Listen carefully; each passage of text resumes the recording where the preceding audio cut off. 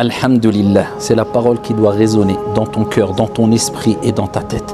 C'est la parole qui doit être multipliée de jour comme de nuit. Même si ça va mal, même si je sais que tu as des problèmes de santé ou tes enfants ont des problèmes de santé, touchés par un handicap ou des problèmes dans le couple, des problèmes avec tes parents, on t'a calomnié, on t'a mis de côté, on a menti sur toi, on t'a trahi, tu as des problèmes d'argent, Ici, tu dois multiplier la parole qui est Alhamdulillah. Et n'oublie pas qu'il y a une sagesse énorme derrière ton lot d'épreuves parce que tout le monde a des épreuves et tu ne peux pas y échapper. Abshir, réjouis-toi. Le prophète alayhi salatu wassalam a dit Inna afdal an-nas, les meilleurs des gens, Yawm al-Qiyamah, au jour de la résurrection, ce sont Al-Hammadoun.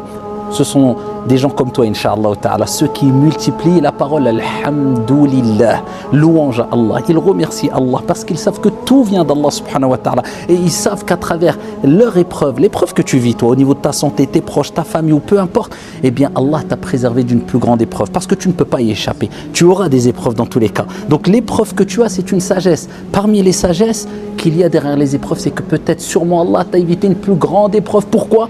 Parce que tu dois dans tous les cas avoir des épreuves et Allah Azza wa Jalla dit La yukallifullahu nafsan illa wus'aha.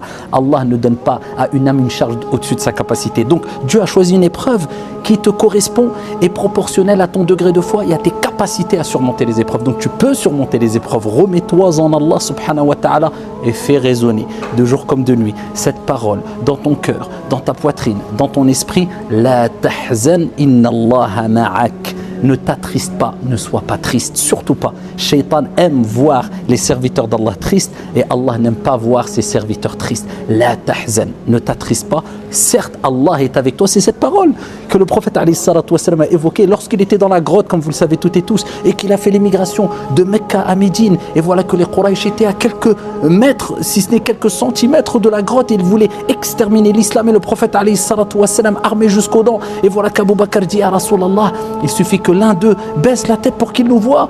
Et le prophète alayhi salatu wassalam, celui qui a enseigné à l'humanité qu'est-ce que c'était que wa tawakkal ala al-hayy alladhi la yamut, et place ta confiance en le vivant qui ne meurt jamais. Il a enseigné à l'humanité que quand toutes les portes se ferment autour de toi, il restera toujours une porte qui restera ouverte, c'est la porte wa tawakkal ala al-hayy alladhi la yamut, et place ta confiance en le vivant qui ne meurt jamais. Si tu frappes à la bonne porte, wallahi wa rabbil Kaaba, Allah subhanahu wa ta'ala t'ouvrira sa porte. Allah descendra ses miséricordes et al-barakat, ses bénédictions sur toi et fera dissiper tes soucis et tes tristesses. Le prophète a dit Ya Abu Bakr, que dis-tu de deux dont le troisième est Allah? La tahzan inna Allaha ma'ana. Allah est avec nous et n'oublie jamais inna nasra ma'as sabr. Le secours, la délivrance, elle vient avec la patience. Wasbir wa ma sabruka illa billah. Et patiente, mais n'oublie pas, Allah nous rappelle que tu ne peux patienter qu'avec l'aide et l'assistance d'Allah. Donc demande à Allah, Ya Allah, assiste-moi, Ya Allah, permets-moi d'être ferme et de surmonter cette épreuve comme tu le souhaites, Ya Rab. Amma, éviter l'épreuve quand elle est là, tu vas perdre ton temps, tu vas te lamenter et tu ne cesseras de répéter mais si j'avais fait, si j'avais dit. Et le prophète nous a rappelé, ne dites pas si, mais ça c'est simple. Pourquoi? Parce que c'est une porte ouverte à Shaitan. Mais si j'avais fait ça, si j'avais dit ça. Par contre, si tu dis si pour te réformer, et c'est bénéfique pour toi, et pour ne pas refaire les mêmes erreurs, et pas pour te lamenter, mais pour positiver, il n'y a pas de problème. Mais si c'est pour regretter, te lamenter et baisser les bras, sache que l'islam appelle à l'optimisme. Sache qu'il n'y a aucune épreuve qui ne sera au-dessus de ta capacité. Et sache que toute épreuve qui t'arrive, comme le prophète alayhi salatu wassalam a dit, c'est une purification et une expiation des péchés. Et inna Allah idha ahabba qawman ibtalahum, comme a dit le prophète alayhi salatu wassalam, lorsqu'Allah aime un peuple, lorsqu'Allah aime des gens, eh bien il les éprouve. Si tu es éprouvé, c'est qu'Allah a pensé à toi. Si tu es éprouvé, c'est qu'Allah veut te purifier. Si tu es éprouvé, c'est que tu peux surmonter cette épreuve. Si tu es éprouvé, c'est qu'Allah Azza wa Jal veut te voir dans son vaste paradis si tu patientes, car le paradis pour les patients, quand les gens rentreront au paradis, les serviteurs d'Allah subhanahu wa ta'ala, eh bien il leur sera dit et ils seront accueillis ainsi. Les anges diront Salamun alaykum bima sabartum. Que la paix soit sur vous, le salut soit sur vous pour la patience que vous avez eue. La patience, c'est une des meilleures vertus. La patience, c'est une lumière. Et n'oubliez jamais que toutes les épreuves que vous pouvez voir autour de vous, il faut relativiser. Il y a plus grave autour de vous. Si tu as perdu un œil, ô combien sont aveugles. Si tu es aveugle, ô combien sont tétraplégiques et sont allongés, rêveraient de bouger. Si tu n'as tout, il faut relativiser. Il y a toujours pire que toi.